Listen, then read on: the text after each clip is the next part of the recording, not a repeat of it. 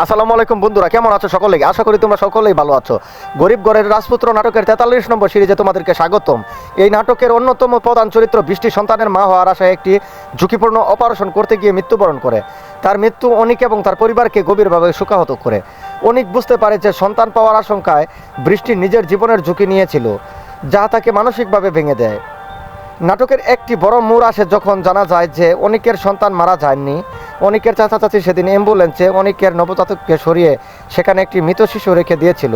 সেই সন্তানটি মেঘলার, অনিকের অন্য স্ত্রী সন্তান ছিল এবং অনিকের বন্ধু সাপির এই সত্যটি অনিকের সামনে তুলে ধরে। অনিক তার দুই স্ত্রী প্রতি অবিচারের জন্য অনুতপ্ত হয়। সাব্বির তাকে বোঝায় যে সেদিন দুই স্ত্রীকে সম্মান চোখে দেখতে হবে, তবে হয়তো আজকের এই দিনটি দেখতে হতো। বন্ধুরা, আমার এই চ্যানেলটি একদম নতুন, তাই তোমরা সাবস্ক্রাইব করে আমার পাশে থাকবা। আমি প্রতিনিয়ত ভিডিওর আপডেট দিয়ে যাব তোমাদেরকে, তাই তোমরা দেরি না করে এখনই আমার চ্যানেলে প্রবেশ করে। বন্ধুরা, আজকে আমি এখানেই বিদায় নিচ্ছি, আবার পরবর্তী আপডেট নিয়ে আসছি তোমাদের সামনে ফিরে। ধন্যবাদ।